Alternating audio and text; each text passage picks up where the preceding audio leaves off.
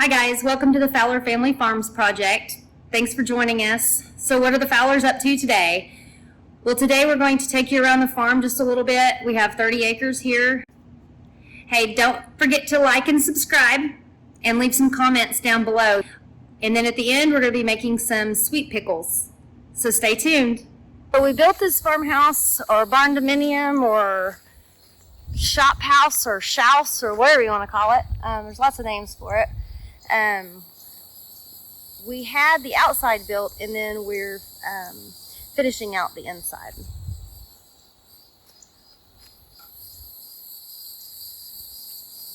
We also recently just built that white shop in the background there, and that is for my husband's woodworking. That way I can get my washer and dryer and my refrigerator off my front porch because I'm looking like a real redneck now.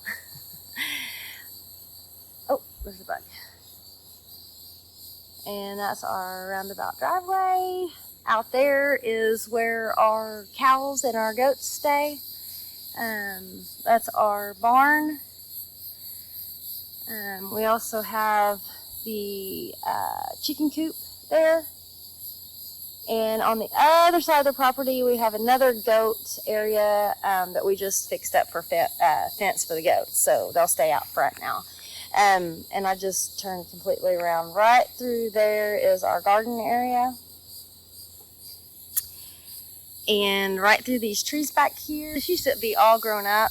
And we've let the goats out, turned the goats out, and they have actually cleared everything you see that's not grown up past my head. We recently had a storm, and that's why a lot of those trees are laying down.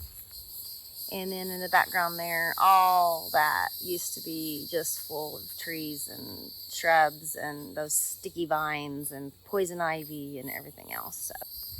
So that's our herd of goats.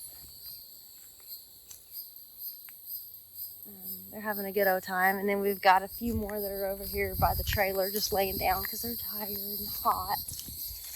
We recently bought some more chickens so that we soon get to butcher our own. So you guys will be seeing that on the channel very soon. There's Fowler right there. Get it, Fowler. Our last name's Fowler. Fowler Family Farms. So there's our barn where our new meat chickens are at. And I'll show you those. Our chickens right now are turned out because we just let them free range. They're starting to forget where their boxes are at, and so we're gonna have to start keeping them inside for a little bit. But this is where our meat chickens are.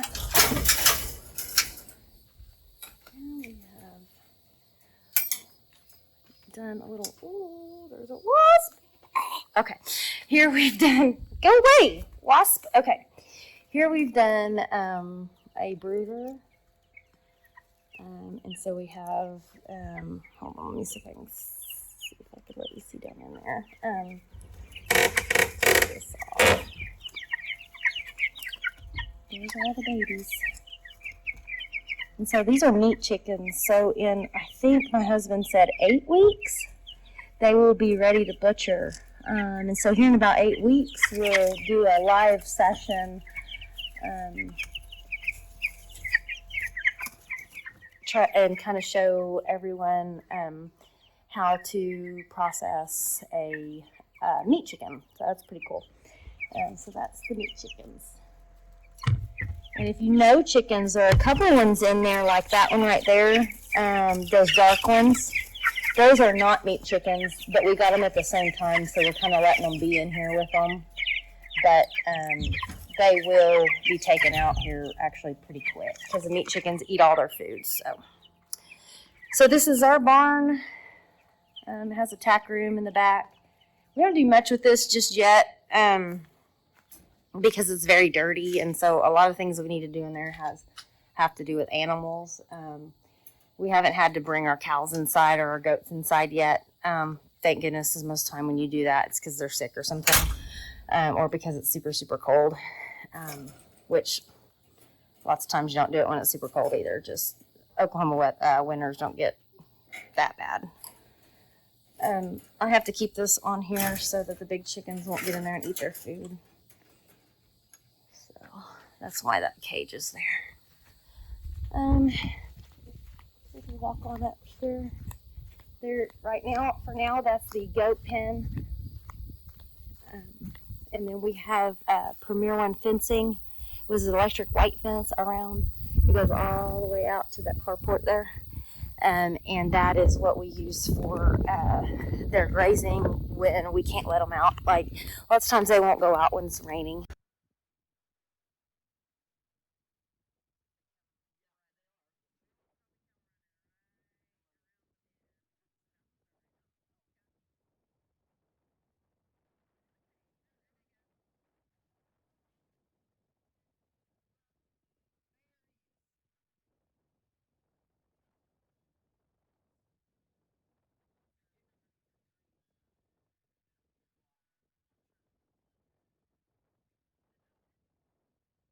And so they just go out there when it stops raining and eat. So this is the front of our barn here. And these fence posts here are the ones we just replaced. And we're putting in a new goat fence in this area where it used to be barbed wire. That is one of our ponds there, and that's where the goats will be housed in this area. Again, you can see some of the storm brought down a bunch of our trees around our pond, so we were having to clean that up in the midst of trying to build a fence and everything else. And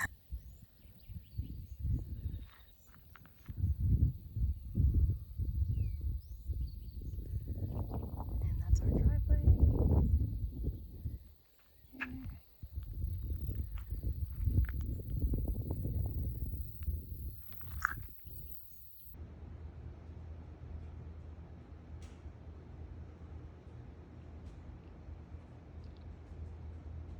So this is what I did with the cucumbers before I put them in jars and pickled them. We just put them in an ice bath. All the ice is melted now, but they stay in the ice bath for about 24 hours. Pickles in the refrigerator, so. And these are all washed.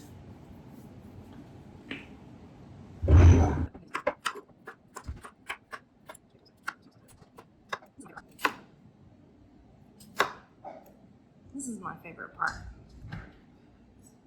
Oh, look, come back. Oh my god. Oh god.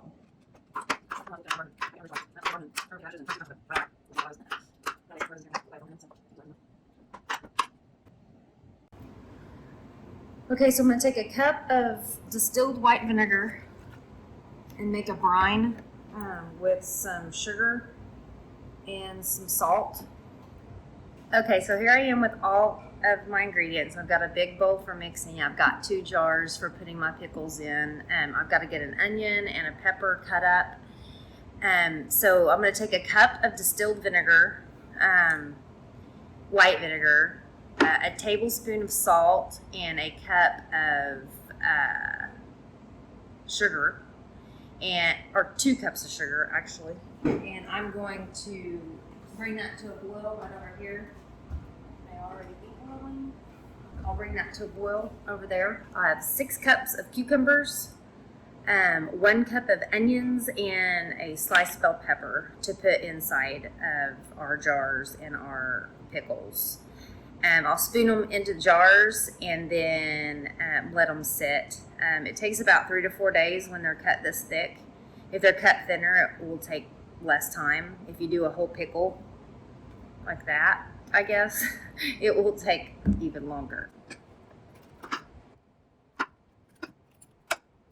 Pour it over the vegetables.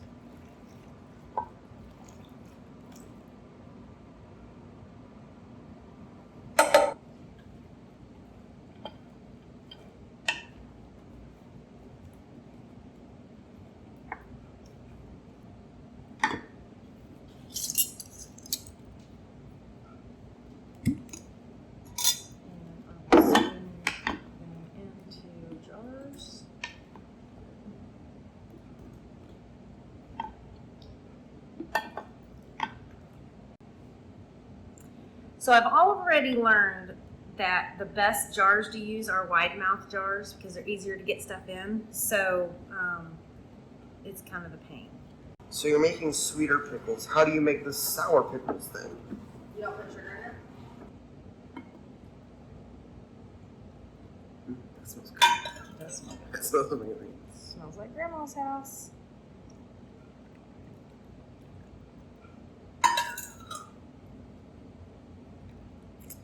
Neotha Wagner, I'm thinking about you today. I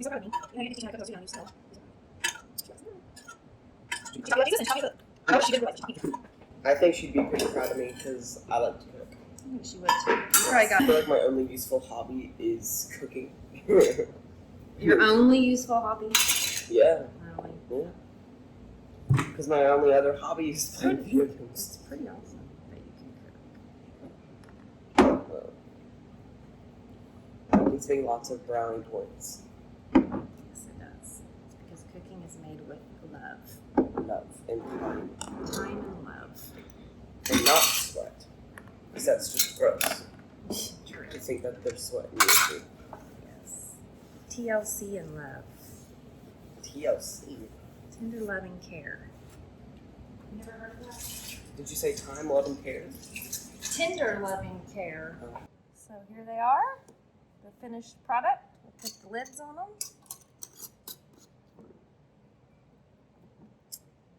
And they've got juice in them there.